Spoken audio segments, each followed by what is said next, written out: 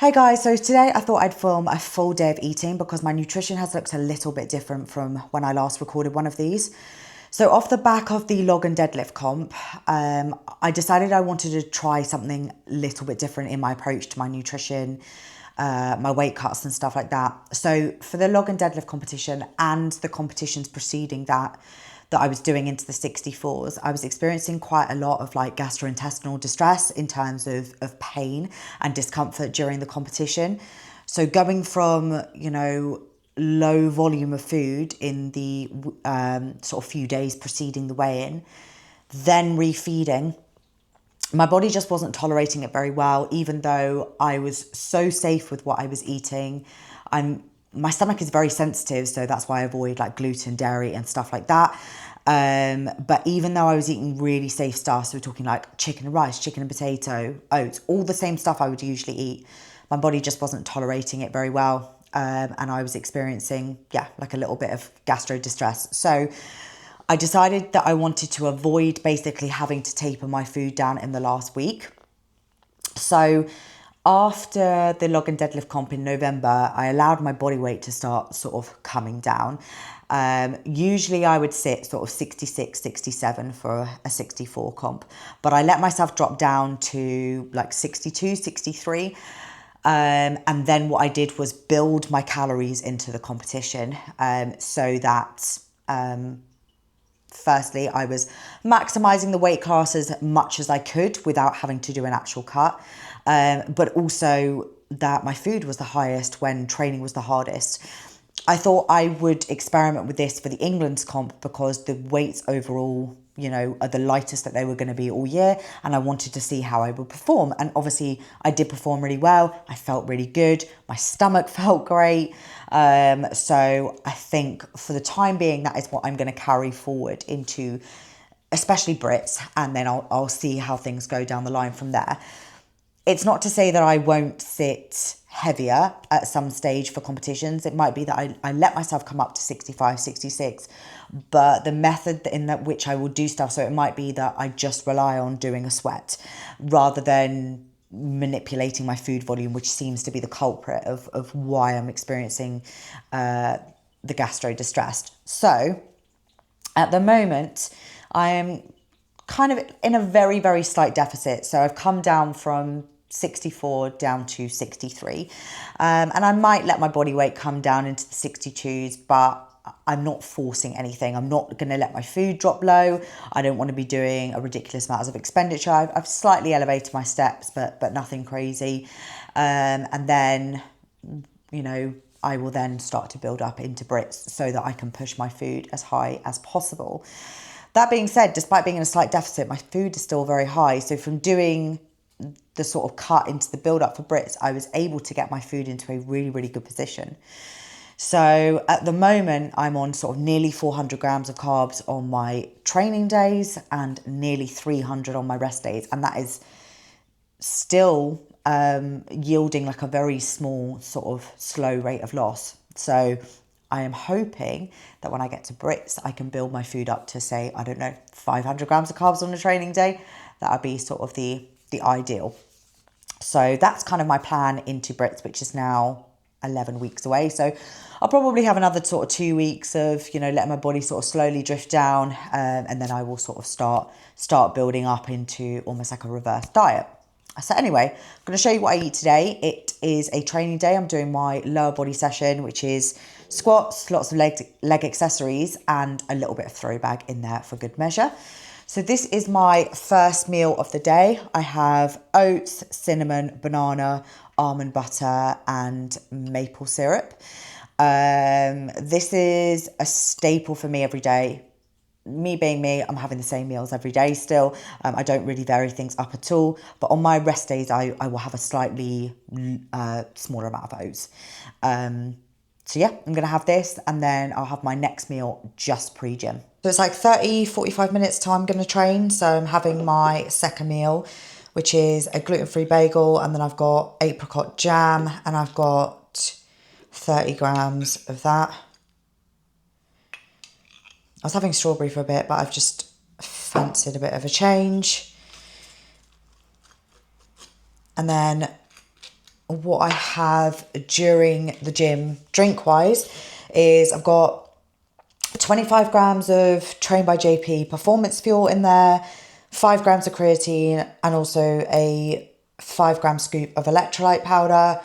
I don't really need electrolytes at this time of year, but I think it makes it taste nicer, so I've put that in there. I still have the creatine on my rest days as well, but I just put it in my carb powder when I'm training. Just kind of makes sense. So yeah, I'm gonna have this. I'm just finishing a coffee off as well, and then yeah, I'm gonna get to the gym.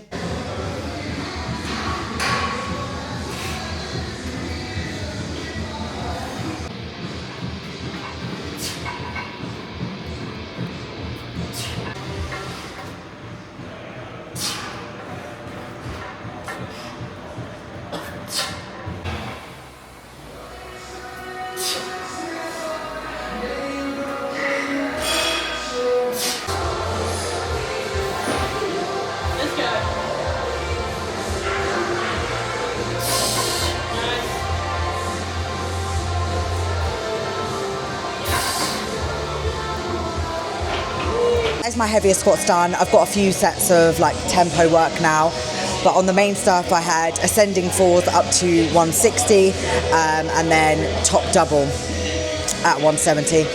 And to be perfectly honest, it all felt really quite bad, and it didn't feel amazing from the second I put that bar on my back today. I'd say, if I could guess, it's probably because we pushed my paused raw work heavy this week, as well as pushing the squat heavy, and I just don't think that my recovery is quite there to do this today. I obviously did it, I hit the numbers, that's fine, but it didn't feel great on my back, like it felt heavy. I was struggling with more knee cave, which makes me think that my glutes are more fatigued from stuff earlier in the week. So it might be that, you know, pull back the deadlift a little bit next week and stuff like that. And it's just about constantly monitoring things. And I remember earlier in the week, I was like, oh, we're going to continue to push my pause deadlift. And it was like, see how things feel by the end of the week. And now I'm understanding why. But yeah, I still hit it. And I don't usually like to use these markers, but that is the heaviest squat I've actually hit, being this body weight. The last time we ran a squat block, I hit 175 for 3. But I was sitting at like 67. So I will take that. And I still know that I've got definitely well over 180 in me on squat at the moment, which is sort of nice to know. So yeah, do my tempo work, clean up what I see as the technical flaws that I saw on those heavier sets. And then I've got my other accessories and we'll hit those hard. It's just one of those things.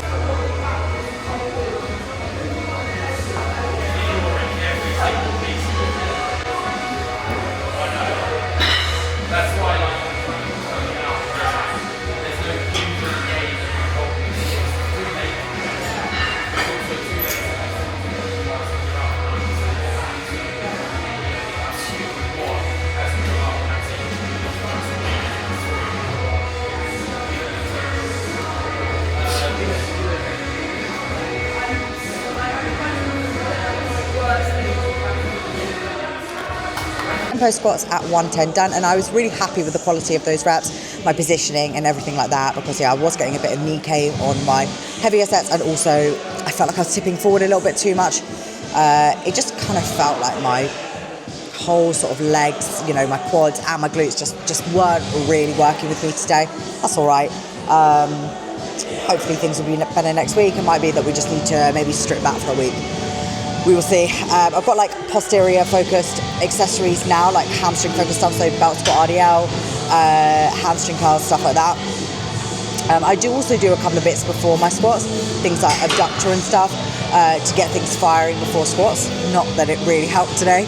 And then I've got throwback, and I'm hoping the weather stays good for throwback, because usually I go outside and it will just start chucking down with rain every time I want to do something out there. So fingers crossed, by the time I've wrapped up my accessories, the sun is still shining.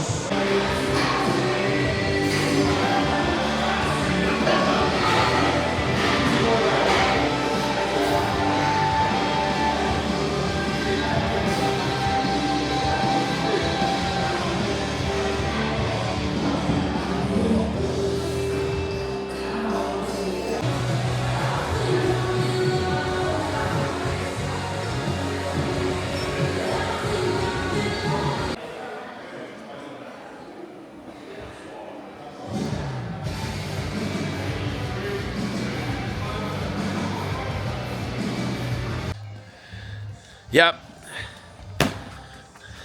Yep. Yep. Yep. Let's go. Hey. Hey. So back from training, and this is my post-workout meal.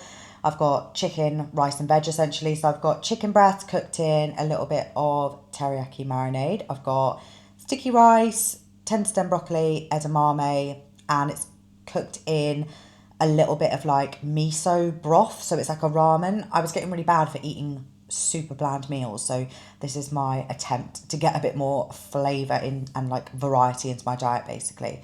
So yeah, this is primarily protein and carbs, and the fat is very, very minimal in this meal. It's just sort of trace fats.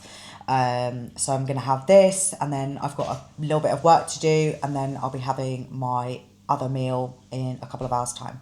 So I've done a couple of hours of work, and now I'm about to have dinner. So I've got sweet potato, olive oil, and I'm weighing that out. I don't use the, like it's proper stuff, it's not the fry light stuff. And then a little bit of roast herb salt across that as well.